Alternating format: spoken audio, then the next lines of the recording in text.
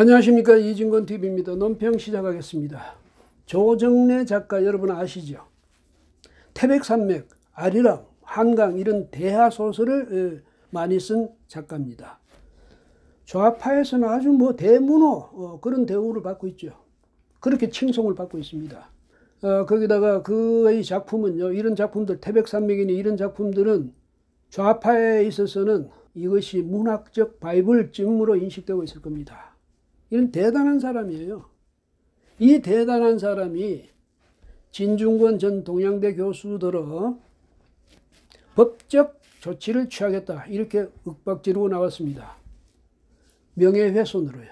그러니까 명예훼손으로 고소할 거야 이 말이죠. 그러니까 공식적으로 사과해. 온 세상이 다 보는 데서 사과해.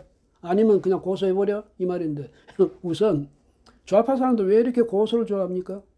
조국 전 법무장관, 추미애 법무장관 이 사람들 측에서도 예사로 고소란 말이 나오죠. 고소를 직접 하기도 했고요.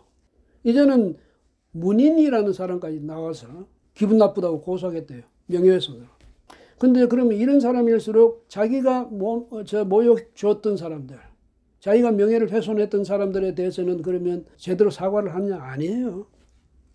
이 조정래 씨, 그 이영훈 교수라고 있죠. 전 서울대 교수. 반일 종족주의 그 저자 말이죠.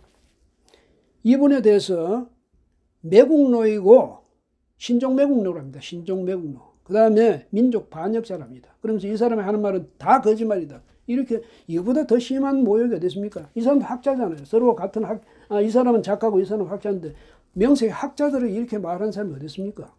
그렇다고 이 사람한테 사과를 했습니까? 이분한테? 이영훈 교수한테? 안 했죠. 이런 사람이에요. 그 대한민국이 우리나라 안에 150, 60만 되는 그런 친일파가 있답니다. 누구를 가리키는 건지. 이건 온 국민에 대한 모욕이에요. 그 중에 150만 명 어떻게 가려낼 건데? 이렇고도 말이죠. 아무 사과 한마디 없는 사람이에요. 그 다음 특히 이제 이번에 왜 이런 논란이 벌어졌냐 하면 지난 12일에 조 작가가 등단 50주년 기념 기자간담회를 했는데 거기서 이제 뭐라고 했냐면 토착 외구라 부르는 일본에 유학 갔다 오면 무조건 다 친일파가 됐다. 문맥도 이어지지 않는 그런 주장을 했어요. 그러면서 이제 이 사람이 이제 우리나라에 이에 앞서서 우리나라에 150, 60만 되는 그런 친일파가 있다. 그러면서 다시 특별법을 만들어 가지고 반민특위를 부활시켜서 이런 사람들 단죄하지 않는다면 우리나라에 미래가 없다. 이렇게 주장했습니다. 거기서. 대단한 사람이에요. 다시 70몇 년 전으로 돌아가자는 거죠. 반민특위라는 것은 1948년에 그때 반민족 행위자 처벌법 이게 있었거든요. 그러니까 일본에 일제에 부역했던 그 사람들 처벌하는 법이었는데 그것이 1948년 10월에 이제 국회에서 이 법을 시행하기 위한 특별위원회가 만들어졌습니다. 그게 반민특위죠. 그렇지만 이승만 정부가 협조하지 않아서 물론이고 방해까지 해가지고 결국은 이듬해 8월에 폐지가 됩니다. 근데 그걸 다시 부활하자는 거예요. 그래서 친일파 지금 다시 단죄하자는 겁니다. 150, 60만 좀 되니까. 아니 150, 60만 근거가 어디 있습니까? 누가 150, 60만 안에 들어갑니까? 150만이라 치고 대한민국 국민 전체를 모두가 친일파가 될 수 있는 그런 개연성이 있다는 뜻 아닙니까? 150만이나 되니까.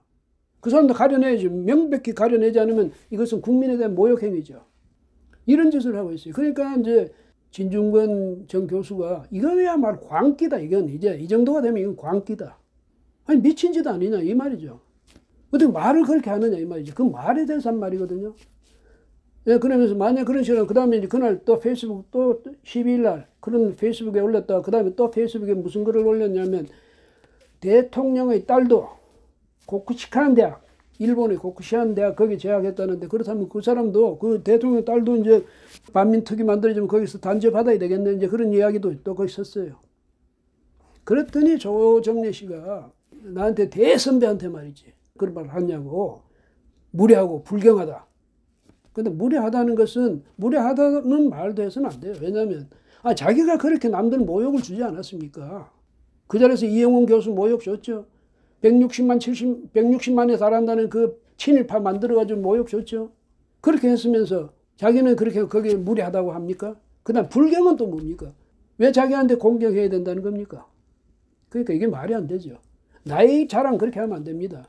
나이가 많거나 적거나 말을 자기가 잘못한 말에 대해서 자기가 책임을 져야죠.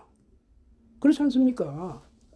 옛날에 권위주의적인 그런 정치 체제라든지 이런 것을 정치 행태 이런 걸 그렇게 비난해 놓고는 이제는 자기들이 그렇게 완전히 권위주의자가 돼 있어요. 그러니까 진중권 교수가 참 이것이 한국 문인의 수준이라고 그럴 수밖에 없지 않습니까? 참 조정래 작가 참 답답합니다.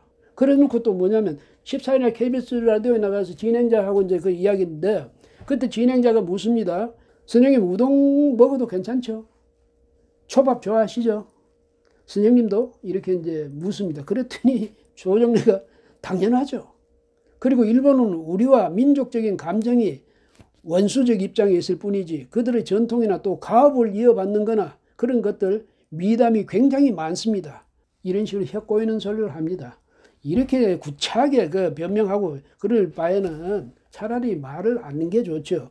또 뭐냐면 조선일보하고 여기서 자기 뭐 주어부라는 거 그거 토착 왜구라고 부르는 뭐 그 부분을 빼고 보도했던데 제가 볼 때는 제가 본 기사에 다 들어있었어요.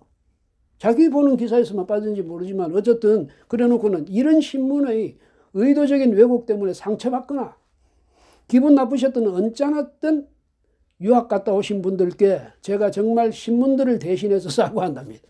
신문들을 자기가 왜 신문들의 사과를 왜 대신합니까?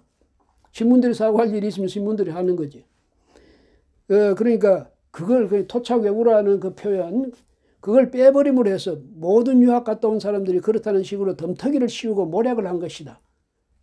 그 신문들이 조선일보나 이런 신문들이 의도적으로 그렇게 했다는 거예요. 이 말을 하자면. 근데 진중권 교수가 거기다가 이제 광기라고 하면서 거기다 링크를 걸었던 그 신문은 연합뉴스였어요. 연합뉴스 기사를 그렇게 링크해 놨는데 이 양반 느닷없이 또 조선일보 뭐 진행자도 그렇게 이야기하대요. 조선일보 이런 식으로 아주 이제 표적이 분명하죠. 이 사람들한테는. 해명을 하면 당당하게 하세요. 구차하게 이렇게 하지 말고. 어떻게 이랬습니까? 이런 무슨 문제만 생기면 좌파들은 항상 보면요. 깔끔하게 정리하고 깔끔하게 사과하고 뭐 깔끔하게 그렇게 하는 게 없어요. 질질 끌면서 온갖 구차한 변명 다 되고 해명 다 되면서 이런 식으로 하니까 참 보기가 정말 딱한데요. 딱 한마디만 이제 조정래 작가한테 묻고 싶네. 150, 60만 된다는 그 우리 국내 친일파 그 기준이 어디 있습니까? 어디서 나온 자료입니까? 그 다음에 그걸 사실이라고 믿는 근거는 뭡니까? 이거 밝혀줘야죠. 그 다음에 이렇게 말하나 저렇게 말하니까 일본 유학 갔다 온 사람 전부 친일파라는 얘기인데 그거 책임질 수 있습니까? 아니 뭐 진 교수를 고소하고 말고는 그 사람이 알아서 할, 그 조 작가가 알아서 할 일이고 국민에 대해서 이렇게 모욕 준 데 대해서는 이야기를 해야죠. 이거 어느 시대입니까? 유학 갔다 온 사람은 친일파라고. 그러면 토착 왜구라고 그러고 그러면 중국 좋아하는 사람들 현 정부에 많잖아요. 친중 인사도 많잖아요. 이 사람들 보고는 토착 비적이라고 그럴까요? 비적? 옛날에 저 만주하고 이쪽에 비적이 많았다니까. 그래 해도 됩니까? 지금이라도 진지하게 사과할 일을 하세요. 그리고 문인이 말이죠. 문인이 정치 문제 너무 개입하지 말고 오직 작가는 소설로서도 자기 작품으로서 이야기를 해야지. 왜 작품 밖에서 자꾸 이야기합니까? 사회운동가입니까? 그럼 사회운동을 하든지. 예, 오늘은 여기까지 하겠습니다. 고맙습니다.